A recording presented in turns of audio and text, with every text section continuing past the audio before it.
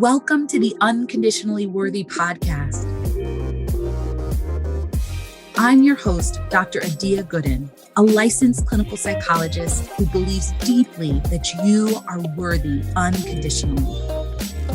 Hello, and welcome to episode 34 of the Unconditionally Worthy Podcast. We took about a month off and we are back for season 3 of the podcast, which is a little bit hard to believe that it's been about a year exactly since we started the Unconditionally Worthy Podcast. And now we are on season 3. I am so grateful for those of you who listen to every episode, who share the episodes, who leave reviews. It's been such a wonderful journey. And I think my favorite part has been hearing from you all about how the podcast has been impactful in your lives, has been helpful in your self-worth journey, and in helping you to be more kind and compassionate to yourselves and embrace your unconditional self-worth. That is the goal. And so I'm really grateful that we've had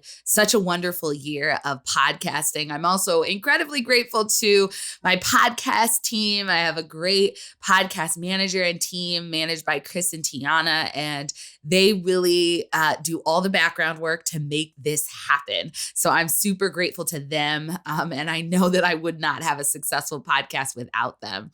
So episode 34, right? So we're a year in, and the podcast launched about a few weeks before I left my full-time job. And I've been reflecting on that. I've been reflecting on my year in business for myself, my year as an entrepreneur. And I thought that I would share some of those insights and reflections with you all today. So, before I left my last job, I have been affiliated with some private educational institution for my whole life, basically, right? Since I started preschool, let's say, I have always either been in school or worked at a university. And there's a lot of ways in which that was very comfortable for me, right? It felt safe. It felt secure. It was a good, stable, steady job. And I've gotten a great education. I've been privileged and blessed to go to some amazing schools and to work at some amazing places. And I think if I'm really honest, there's a way in which I was probably deriving a sense of worthiness from working at a university or going to a university, right? And when I think about our self-worth, I think there's often layers to it. And so we can sort of get to a place where we feel more unconditionally worthy, and then something might shift or change. We might lose a job, change a job, lose a role, transition in or out of a relationship. And then, feelings of conditional self-worth might arise again. Now, I think part of the reason I was able to have clarity that I wanted to transition out of my last job and that I was okay with no longer being affiliated with an institution, with a university, is because I had done the work on my own self-worth. And I knew that my worthiness was not dependent on me being able to say, I work at this big fancy university, right? And so what happened was I got a job that I thought was going to be perfect for me. I was excited about it. I felt like it was going to combine the various parts of work that I really enjoy doing. And so I was excited to start this role. And I would say probably 6 to 8 months in, I was like, ooh, I don't like it. I was like, this is not what I was expecting. Or even if it is what I was expecting, turns out I don't like what I was expecting. What I thought I would like, I don't like it. And I remember having a conversation with one of my friends, and we have brunch once a month. And she's also a clinical psychologist. And I sort of really came to the realization of like, I don't like this job. Like, this does not feel like a good fit for me. But I was like, I have student loans to pay. I, it's like, I can't leave, right? Like I got the student loan repayment program. I got 5 years left. So basically, even though I don't like this job, I need to stay for the next 5 years was how I felt. And she asked this question, she said, I think that you need to think about the emotional cost of staying in addition to the financial cost, right? So there's a financial benefit. If I stayed in the job, I could get my federal loan service repayment. And she was saying, yeah, that's great. And I think you need to think about the emotional cost. This is taking an emotional toll on you, right? There are things about the role that just, I would say, grated at my soul, just irritated and frustrated me. There are dynamics in that workplace that were somewhat chaotic, that promoted overworking, and I just wasn't happy. So it took about a year after I realized that it no longer was going to be a good fit for me to prepare myself for the transition, but I left. So my last day there was February 26, 2021. And I took a leap of faith, right? I left in the middle of a pandemic and I decided to work for myself. And to be honest, that has been the best professional decision I have ever made. I love working for myself. Like it works so well for me. I never would have guessed it because I really like people and I like working with other people, but I also really don't like being told what to do. And turns out because I'm self-motivated, I can get work done and make things happen in a way that actually feels good for me. And so I am so grateful that I took that leap of faith, that I wasn't so attached to needing to say that I was affiliated with a particular university, that I had a faculty appointment, that whatever, that I wasn't going to leave a situation that actually wasn't good for me. I'm really grateful that I tuned into my intuition, that I listened to my body, to my gut, to what it was saying, which was, this isn't working. This isn't how you're supposed to be doing your work in the world. I'm so grateful that I did that and took a leap of faith because working for myself has been amazing. I work less than I did before.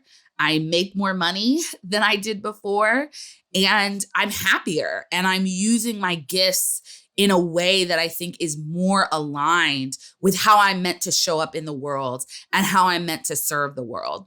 So it's been an incredible journey. I'm really grateful for it. Now, I don't want you to think that this has been all perfect, because it hasn't been perfect, right? It's been amazing, but there have been some challenges. And one of the things that I've been reflecting on is the fact that in my first few months of working for myself, I noticed that I was recreating similar levels of stress, urgency, maybe even chaos that I had experienced at my job and had been frustrated with at my job, right? So it was a different dynamic. I was doing different things, but I was setting these unreasonable deadlines and then rushing and pushing myself to meet them. I was setting these really high expectations and then expecting myself to do everything perfectly the first time I was doing it. I wasn't giving myself the space, the time, the ease that I really wanted. And that was part of the reason I left that job in the first place. And the reality is that I started to realize this, and I was working just as much. So I was still working evenings, I was still working weekends, and I was just stressing myself.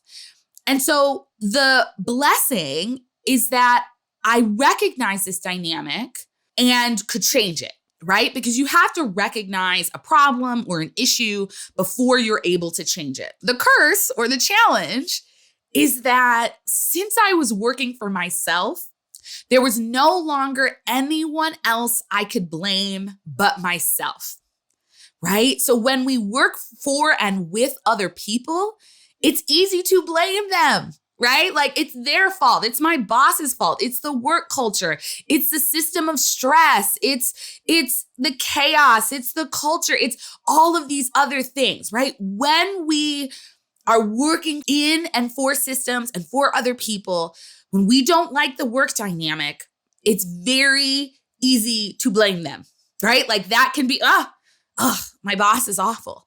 Oh, the work culture is horrible. And this is not to say that there are not some pretty miserable bosses and work cultures out there, because I think there are. And I think there were challenges in the dynamic of my last job, right? I think that's a reality. So I'm not saying that it's all in our head, but I do think that when we work for and with other people, it is easier to push off responsibility for how we engage in the work and how we contribute to the very dynamics that we don't like, right? So the beauty of working for myself was that I realized there was no one to blame but me for the stressful work dynamic I was creating in my business. I was setting the deadlines. Nobody was setting the deadlines. I don't have, I'm not funded by venture capitalists who are like, you need results. Like I'm self-funded, right? So it's not as though anybody but me was creating the stress, right? And so that means that when it's all my responsibility, I can be fully empowered to change it. And this can be hard because it can feel good to blame someone else. It can feel good to blame something else. But the truth was that I was carrying with me years of patterns of overworking, of tendencies to overwork, years of it. It started in undergrad probably, right?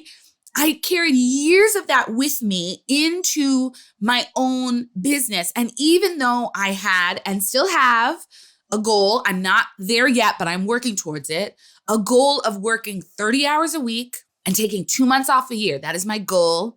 I am going to get there. Even though I knew that was my goal and it was stated and I shared it with people, the reality is that the patterns and the habits of overworking, of always working, of always being pulled into productivity, those I also carried with me. And when they're unexamined, when our patterns are unexamined, they are likely to continue. And so I think I'm so grateful, right, that I had to take 100% responsibility.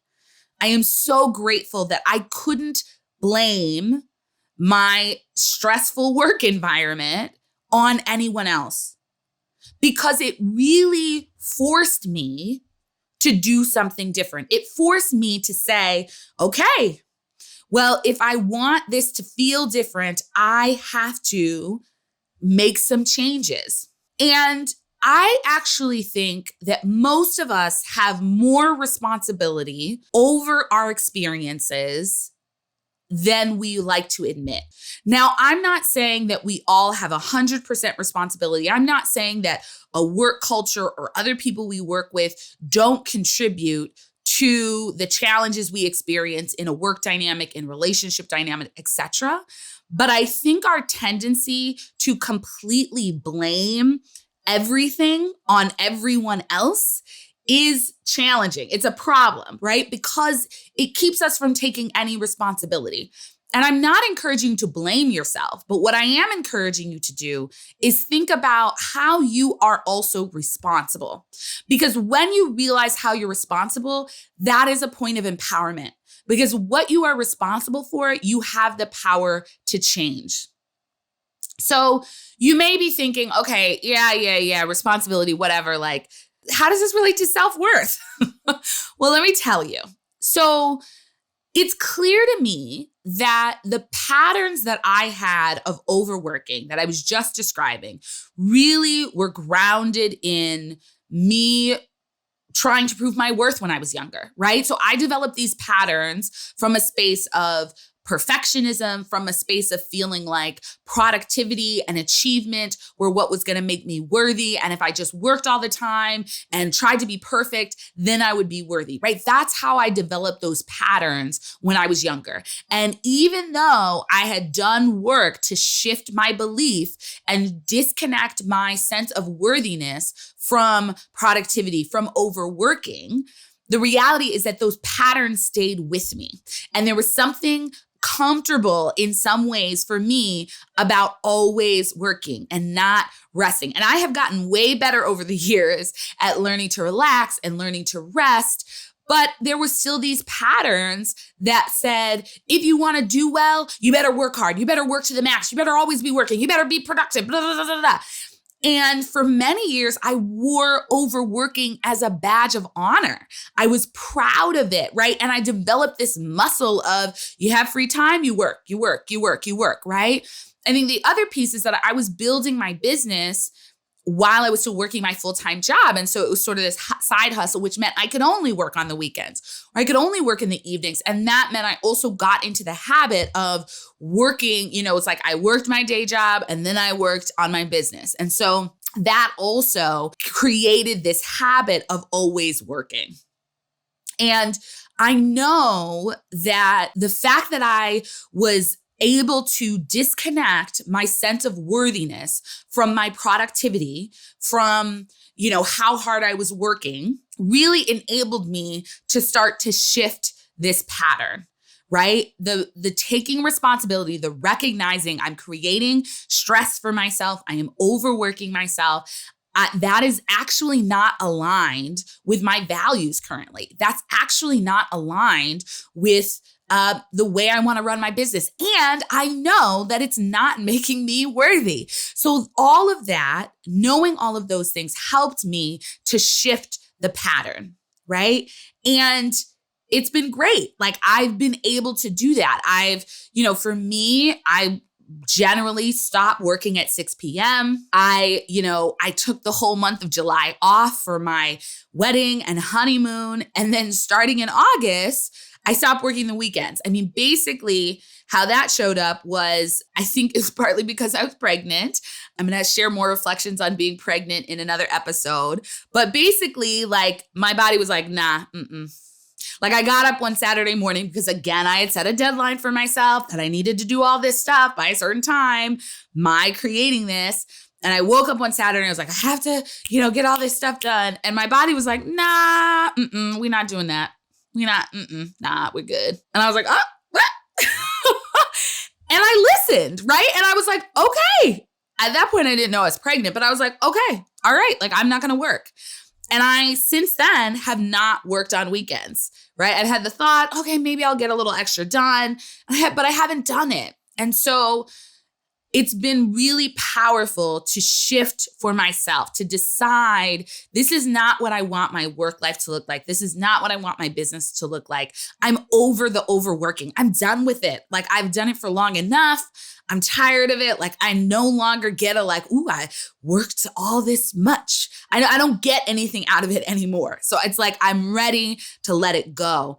And I have been able to shift away from that, which has been really empowering and felt really good. So here's my challenge to you. I want you to think about a dynamic or a pattern in your life. It may be related to your work, may be related to friendships, it may be related to a romantic relationship. But I want you to think about a dynamic or a pattern that you don't like, that you have been blaming on other people. And I want you to consider how you might be, at least partially, responsible for this dynamic that you're unhappy with. Okay? So I want you to think about something you don't like that you've been like, if only he would, if only she would, they need to change. It's all their fault, right? Like these things that you vent and complain about, and it's all on them. You're, sort of the victim of the situation and they have to change. I am challenging you to look at that dynamic, and I want you to think about how might you be contributing to this pattern and dynamic in an unhelpful way. And I know this is hard because it's easier to blame other people, right? That feels easier. And also it's hard because we often feel like if we don't blame other people, we have to blame ourselves. And my encouragement to you is not to blame yourself, but is to see what aspects of this dynamic you can take responsibility for. So the reality is that when we are able to take responsibility, we are empowered. If we always put the blame on everyone else, that we lose our power because we cannot change anyone else. So if it's their fault and they're awful and there's nothing we can do about it, then we're stuck, right? We're victims of the situation. But maybe they're doing some problematic things and maybe we're doing some problematic, not great things too, then there starts to become room for you to do something different, which is empowering. So as you reflect on this, right, as you think about maybe what's your role, what's your responsibility, what could you change, I want you to offer yourself a whole lot of compassion. You know, I'm the compassion pusher. I always want you to be offering yourself compassion. So this is not about blaming and shaming yourself. It's not about, oh my gosh, I can't believe it. I should have done it perfectly. This is not that.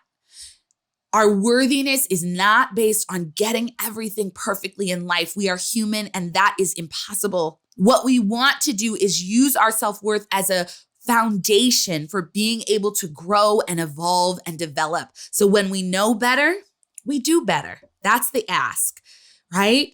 So I want you to offer yourself compassion.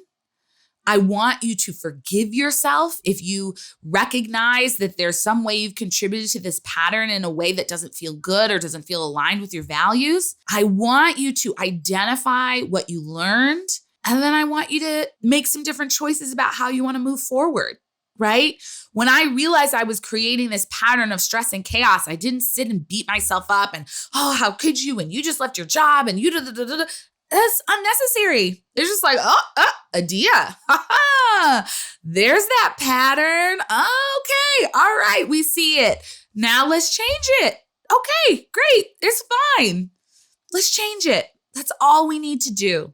So that is my encouragement to you, to take a look, just choose one pattern and see how you might be a little responsible.